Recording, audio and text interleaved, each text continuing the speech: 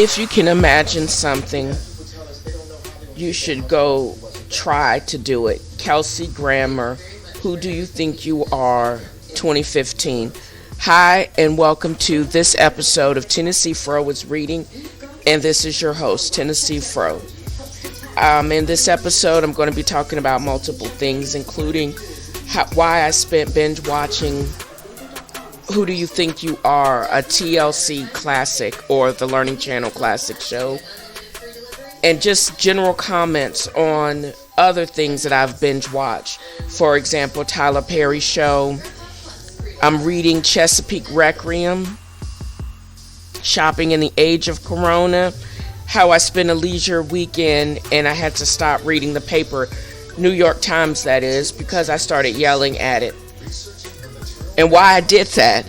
And I will probably end on talking about one of my most exciting parts of the paper, Modern Love, and and also going over why I started reading that particular part of the paper. In addition to arts and leisure, but why the style section was called the single woman's playbook. And what is that exactly? And I hope you enjoy this episode as much as I've enjoyed creating it. Thanks.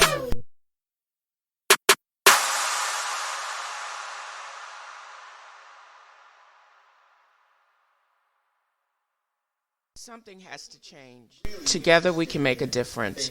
By 2025, SodaStream will eliminate 67 billion single-use plastic bottles from our planet, so we don't have to go looking for a new one. We believe that something as small as sparkling your water at home can spark a huge change in the world. It starts with the use of the carbonating bottle from SodaStream. SodaStream will work towards eliminating thousands of single-use plastic bottles and keep our planet healthy and cleaner for everyone. It's absolutely good for the environment. And the microplastics that's also polluting our fish and our oceans will drop to zero.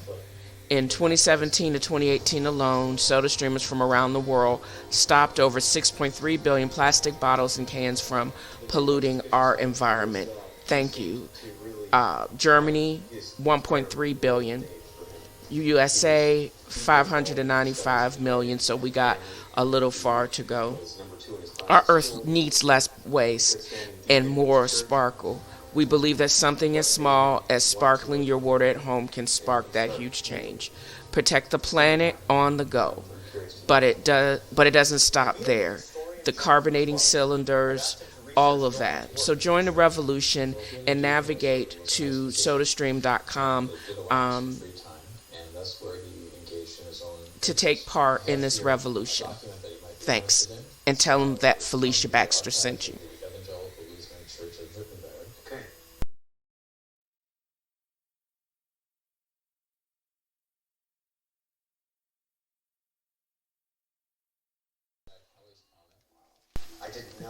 Performing my favorite pastime, my passion project, of course, is this podcast. But this weekend, it's felt like I have been on extended vacation.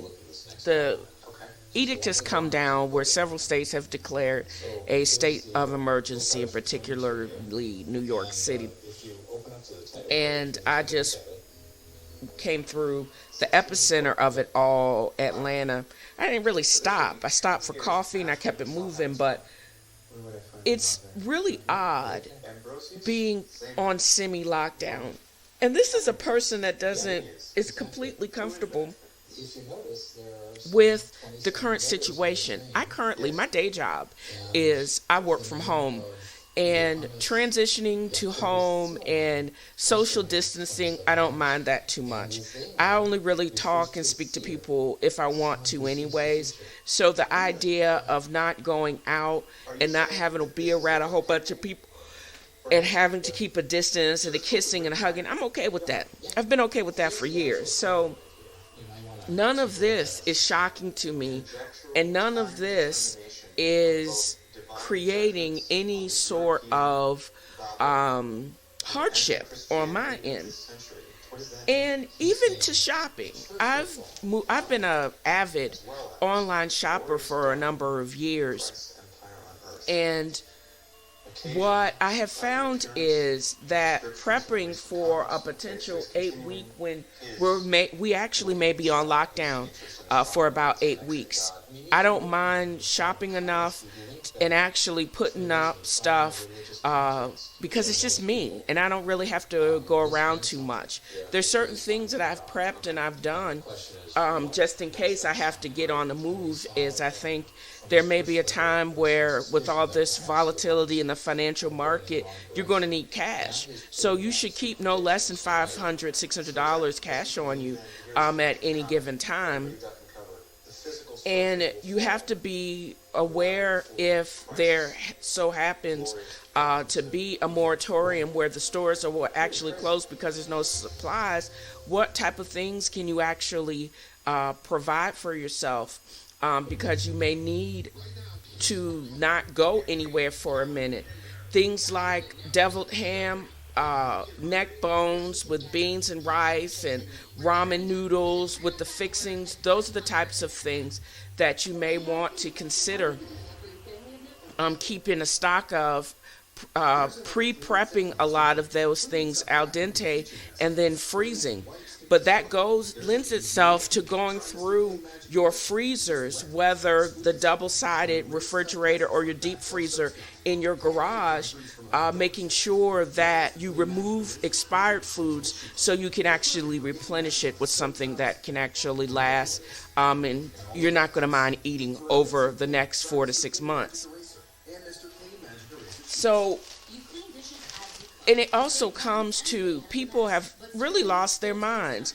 I read an article, actually it was yesterday in the New York Times, about these guys in Tennessee, actually in my home city, Chattanooga, that were hoarding hand sanitizer, Clorox wipes, and toilet paper, and then trying to sell it at $70 a tube on eBay. Not on eBay, but on Amazon.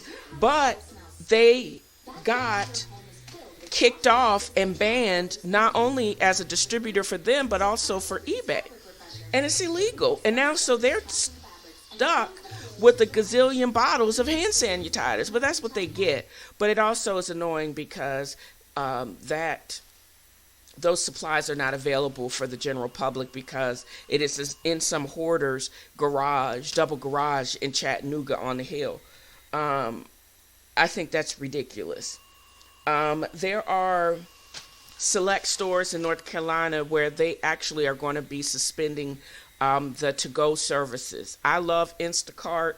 I love the specific services through Publix where I don't have to get out of my car. I get somebody else to shop for me and they bring it to my car, and I don't have to do that distancing in one because I'm lazy. But also, I think I bought the last couple of rolls of generic paper towels as well as the last 4 rolls of Charmin Super in the state because they just are not, the supplies are just not there.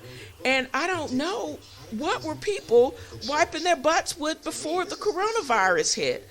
I don't know, and I don't think it has anything to do with social distancing and people just are buying crazy things. I think that everyone just needs to calm down, wash their hands, and keep an eye on their own symptoms, and limit your exposure to some of the news because it sounds like a lot of things are just being sensationalized, but the real threat is our own ignorance. Pick your sources of consistent information. I would either use the World Health Organization and only tune in to your local news when you have to know about school closures and stay connected and make sure your boss has your phone number so they can update you on other provisions that have been made in this time of corona. But I wouldn't go into panic mode, and I wouldn't go into full horror mode, and I wouldn't go into full extortionist mode either, because there's a special and fresh place in hell for you. But I would do all I could do to decrease your anxiety as much as you can. Keep some cash on hand. Make sure your car is gassed up just in case you got to make a break for it. And take this time to be creative. Explore your creative side. Pick up journaling again. Start sketching, or start clearing out your garden, or preparing a space in your yard for that patriot garden that I think all of us are going to. We may actually have to go and start considering growing our own food. That's not such a bad idea. I'm thinking about looking at parts of my yard in North Carolina now, and for space that I can potentially grow some cucumbers and peppers and some other fresh things, because those things I may not have access to them in the upcoming months, even though I have a bunch of those things pickled as we speak. But just in case, you never know. And also look for those things that you can possibly share with your neighbors, because maybe not everyone would think outside of the box and is in at the time of ingenuity. But those are just my thoughts. Shopping and just living in this time of panic, and how not to panic, I think that is the question of the day. And in this podcast has always been a source or a kind of therapy for me. So this is how I'm keeping calm and soldiering on, by exploring my creative side, and I implore you to do the exact same thing. So on to the episode, Chesapeake Requiem. I actually bought this with three other works when I went to get my paper a couple of weeks ago. And this book, I bought it and I started reading it, and it started reminding me of my childhood. Happy things about my childhood. Part of my mother's family, her father's family, is actually from the Eastern Shore. So when they were talking about crabbing, and I remember as a child crabbing on the Haven Inlet, and going on field trips to the Eastern Shore and holding a shark in my hand from one of the marine boats. This brought back very, very good memories. But when I started reading this nonfiction book, I was struck about how we, the people on the mainland, just right across the sound, are affecting the lives and the livelihood of this island that is disappearing. But they are responsible for supplying crab eaters like myself with the Chesapeake Bay blue crabs. The island itself has no squirrels. I didn't know that until I started reading today. It's aggressively Caucasian. That didn't shock me, because most of the islanders can trace their heritage back to one Scottish dude. It's a narrative about global warming and how the mainlanders are affecting. It's either erosion or the rising sea levels because of the melting of the polar ice caps, because people like myself and the big Bubba truck and global warming is contributing to the melting of the polar ice caps, which are therefore raising the sea level, which is causing the erosion, which is causing Tangier Island to disappear faster than it needs to. But either way, but I still depend on the crabs and this is crab season from March until November. But I am responsible for it. So I like reading this book, and I'm also going to be very interested in seeing what I can do to actually stop the nonsense of global warming. And it's about this particular enclave is from a different time. They don't even have, I don't even think, I don't know if alcohol is even sold on island. I don't think there are any bars. There are crosses and big pictures of crabs. Um, they outlawed, or they don't have the lottery because gambling is a sin. The biggest building is actually the churches, and people really don't go off island if they don't have to, and they very rarely go outside of their neighborhoods. It's everywhere. Everyone knows everyone else, and crabs are actually currency. And this is how generations of people for hundreds of years have made their livelihood and have done really well from it. It is a not protected string of islands off of the coast and right smack dab in the Chesapeake Bay, which threatens to engulf it every year. And I have I'm enjoying a piece of its history by just reading this book by Earl Swift, because I don't think ordinarily I would not necessarily be able to go to a place like this. But this is like one of those places that you want to put on your bucket list to actually visit, because it is disappearing. And I don't even know if they know or even care about all of this nonsense with the coronavirus. But what we do know about the coronavirus, that population will probably be most susceptible because of, well, the inbreeding, but also the population area is pretty aged. So unless it's imported in, I don't know. That's a very good question. I wonder if they have been affected by what is going on and the nonsense and the hysteria that is also going on in the mainland. I wonder if they're protected from it. There aren't any cell towers, I don't think, that are close to there. Also, Wi-Fi, the strongest signal is actually given by the hospital, which is both basically a glorified clinic, which is on island. And this is one of the end of the last couple of paragraphs of the one of the last chapters that I just finished up, that I wanted to share with you guys. The tour boats have disgorged their passengers during our exploration of the island, and we weave among them as they wander meat soup. And that's the other thing. They got places like Hog Town and Meat Soup, named for streets and locations throughout Tanger Island. Customers are turning up at Lorraine's, the island's year-round eatery, and a fisherman's corner. Just across the street and at Four Brothers, the outdoor cafe and cart rental place, which is festooned with Trump for President placards. Of course they are. Golf carts are bunched at odd angles outside the grocery. That kills me, because I know good and hell well Trump has been nowhere near Tanger Island. He give a damn about any of those people there. But I digress.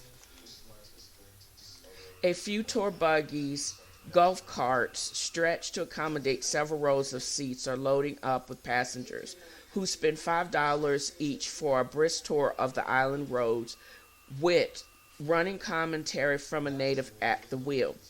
Meat Soup, all but deserted in the morning, is glutted with humanity. The throngs will vanish as quickly as they materialize, because the vast majority of the visitors are day trippers whose boats leave Crestfield, Reedville, or Onnacoke at 10, arrive at Tanger in time for lunch, and head back to the mainland by mid-afternoon. The hordes might, on a good day, consist of 200 people, not an overwhelming number on its face, but nearly half the resident population, a test of the narrow roads and the shops and the restaurants. Many islanders take their arrival as a signal to retreat out of sight, as they feel some visitors study them a bit too closely. Many have stories of being photographed performing such mundane chores as taking out the trash. Carol is among them. Years ago, she managed a now-shuttered restaurant here in Meat Soup, and found that while strangers were drawn to her quick mind, sly humor, and striking looks. She's fashion model tall with high cheekbones and full lips. She didn't much enjoy their company. I don't really like people, and I had to pretend I like people, she told me. She drove a tour buggy for 2 years too, which was even worse. The absolute worst job I've ever had. Again, because it forced her to make nice. Her near daily summertime trips to windscored uppers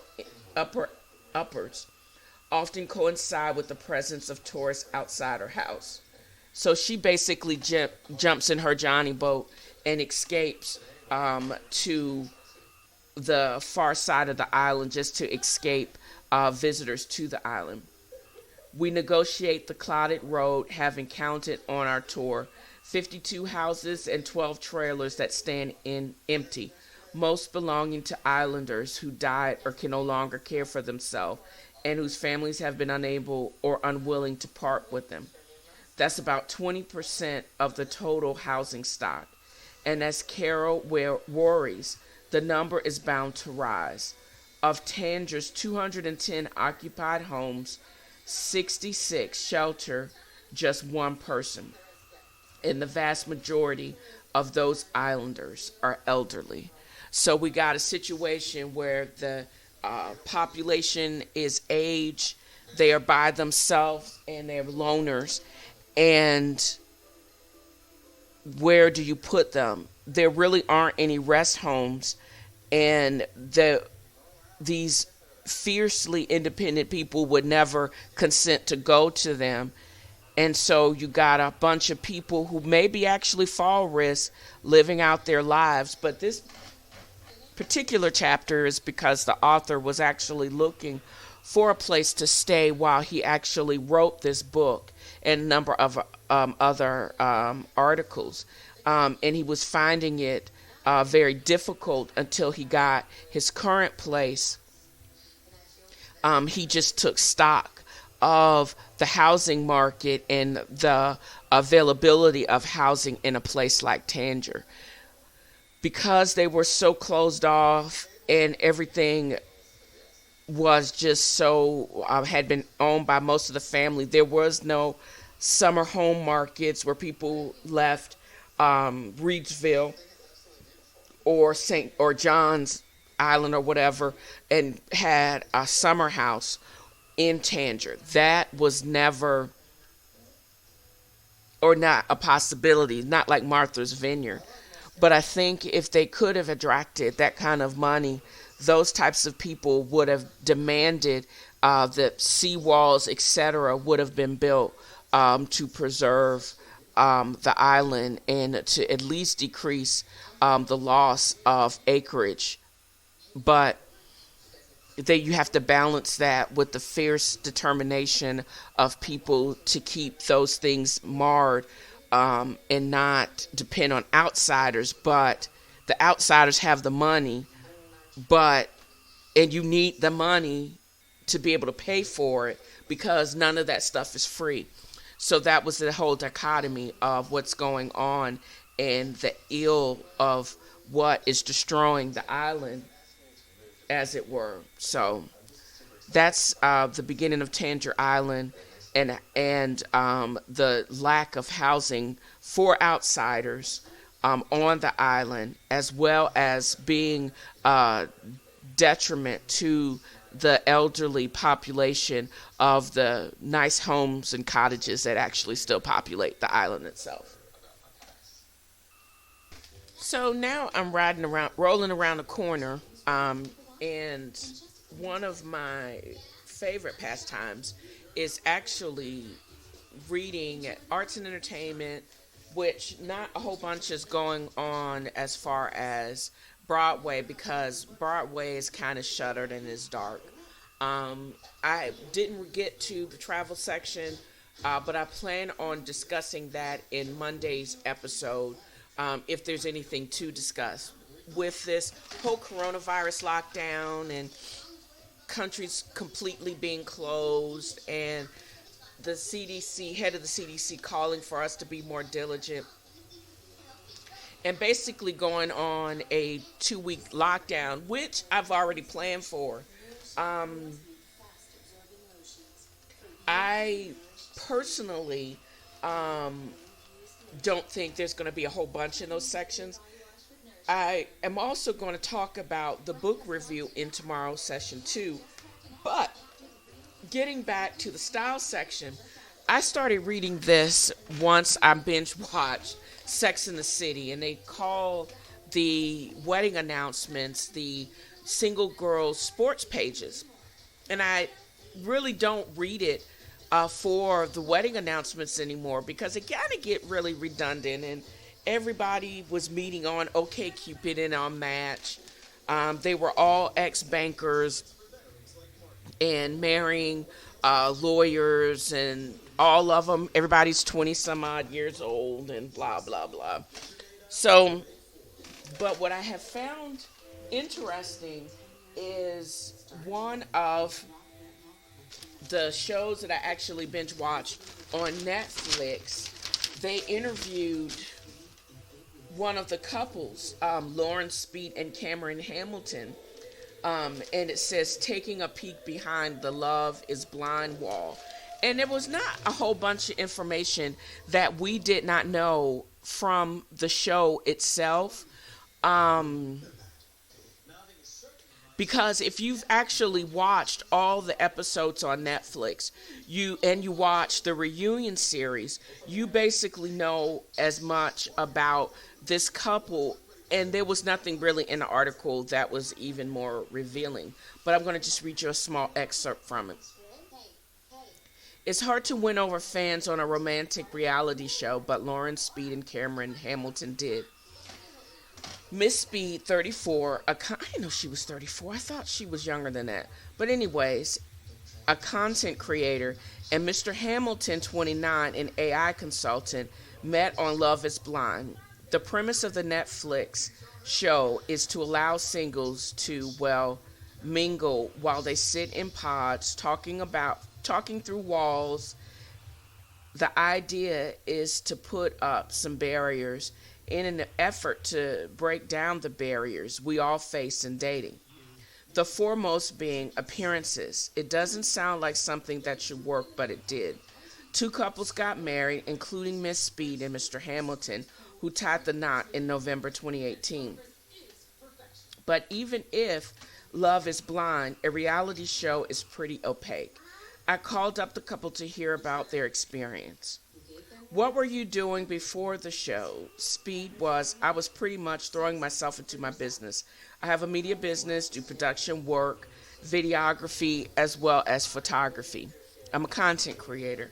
My dating life was pretty sucky, if you're being honest. I was almost ready to give up on being in a relationship or married.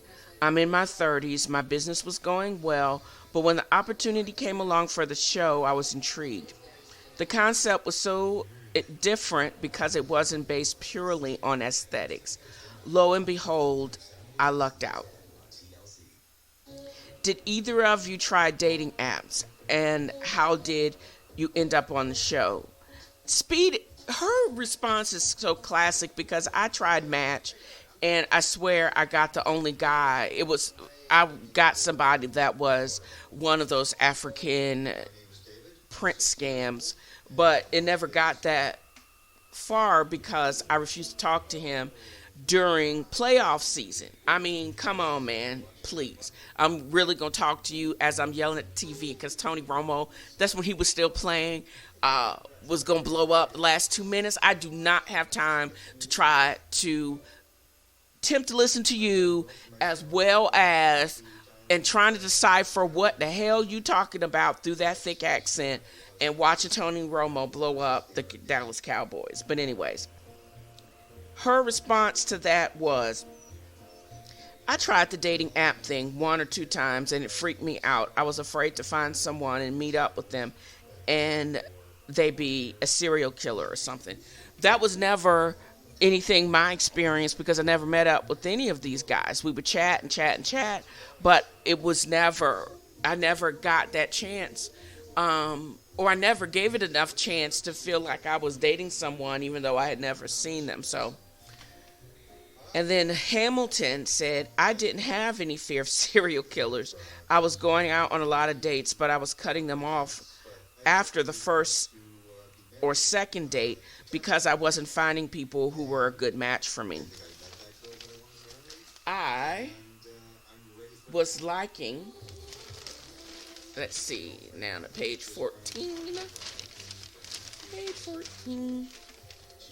Pictures, but then I was basically ignoring everything else, and so I was basically being shallow in how I was conducting my dating life, and I was feeling quite lonely as a consequence of that. I was reached out to by a casting agent. I didn't apply.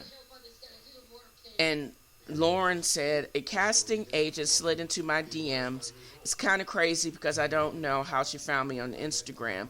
I don't know, I must have hashtagged lonely dating or something.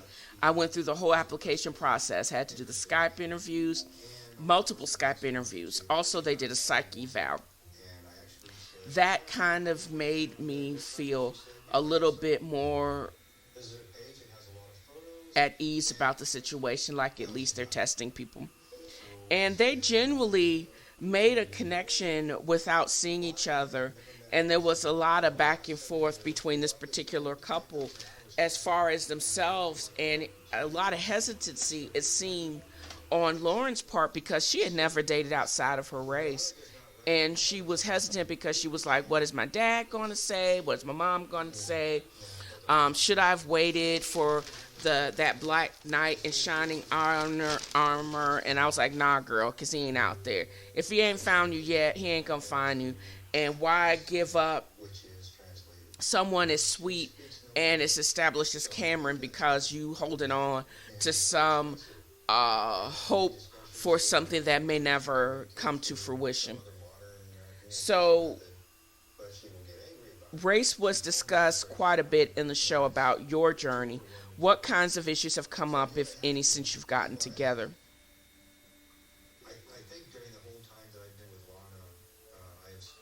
Oh, let me go back one question because I want to hear what they said about this, because a lot of those couples were tripping. How you going to get up to the wedding day and lead us on? I know the show is produced, but how ratchet is you lead the public on and also the other partner on, and then you turn them down at the altar? Who freaking does that? So, and it says, one of the questions from this article, it says, were you surprised that some of the other couples waited until the wedding day to tell their partner that they weren't going through with it? And in Speed, or Lauren says, throughout the process, I kind of had an inkling of who was doing well and who was having serious struggles. You would think that the couples would communicate their plans to each other, that you wouldn't kind of surprise your partner with that. And she was throwing how shady it was for them to get all the way to the wedding day and then to get dumped. I don't think that would have went well with anyone, but who am I? And then it says race was discussed quite a bit in the show about your journey. What kinds of issues have come up, if any, since you got together? And then Speed says, or Lauren says, if anything, it's just been a learning curve for both of us. I was teaching Cameron about our hair and twist outs and braids and all that stuff. But he's dated black women before, so he's kind of been there. Me, on the other hand, things were kind of more new for me than for him. We haven't really experienced anything strange in public besides a few stank looks here and there. We live in the South, so a lot of old ideals will still resonate with some of the people down here, especially the older people. And the worst thing that Lauren has learned that she still doesn't quite understand is the whole concept of mincemeat pie. And contrary to, I don't know, her taste, mincemeat pie is not a Maine thing. It's not a northern thing. It's not a white thing. It is a cook's thing. And it's obvious that she ain't no damn cook because she should have known, or somebody should expose that child to some damn mincemeat pie. I'm just saying. That's just her limited culinary experience. Has nothing to do with a white thing or a Maine thing. And the other article that I found intriguing was, we found our groove in splitting up. it's a article written about a same-sex couple that after 21 years they call it quits, and they actually grow closer with the demise of their marriage. And it says things like, but a funny thing happened on the way to divorce court. We found our groove and splitting up. And I had willed us into being, but I couldn't will us into lasting. It seems like one of the members of this couple, and they had a child, and they knew they had to make it work, and that was their whole goal. How can we make ourselves better so we can co-parent? And one of the men basically said he came up during a time of Anita Bryant's anti-gay crusade, and when same-sex marriage wasn't even on the horizon. But through that, he always imagined himself being married to another man, and along came his husband. But through it all, and through even in spite of couples counseling, they could not make it work for them to stay together. But they knew they had to come up with some type of new utopia or some new understanding, so their daughter could still parent their daughter in a positive way and raise her to be a good person. And through that detail, they actually had a better relationship, it seems, more so as they were splitting up, even better than when they were married. And I thought that was crazy. And straight couples need to take a pointer out of their playbook and figure out, if you can't be together, how can you be better and good people apart, and for the sake of your kids, instead of unleashing crazy and broken individuals on the rest of us. I'm just saying.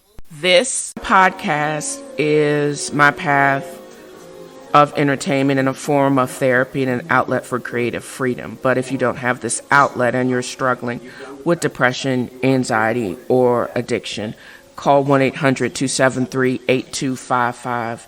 It's available 24 hours a day, every day. And there's also an on-site chat feature at suicidepreventionlifeline.org/chat/. If vodka is your problem, call 1-800-662-HELP. That's 1-800-662-4357.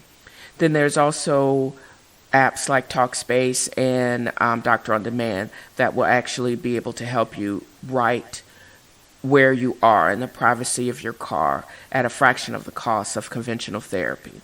It's okay not to be okay, and it's definitely okay to ask for help. Please navigate to www.Dale's Angels Inc. for all special offers and updates on nerd news, as well as you can drop me a line at TennesseeFroisReading@gmail.com, or even leave me a 2-minute non-trolling message at 423-463-0658. All non-trolling messages may actually be read or played during the podcast. If you like what you're hearing and you want to support continued great content, please become a patron at podbean.com/The Talking Fro, or put 5 on it and leave me a tip at PayPal.me/Felicia DAI. And I hope you have enjoyed this podcast as much as I have enjoyed creating it. Thank you.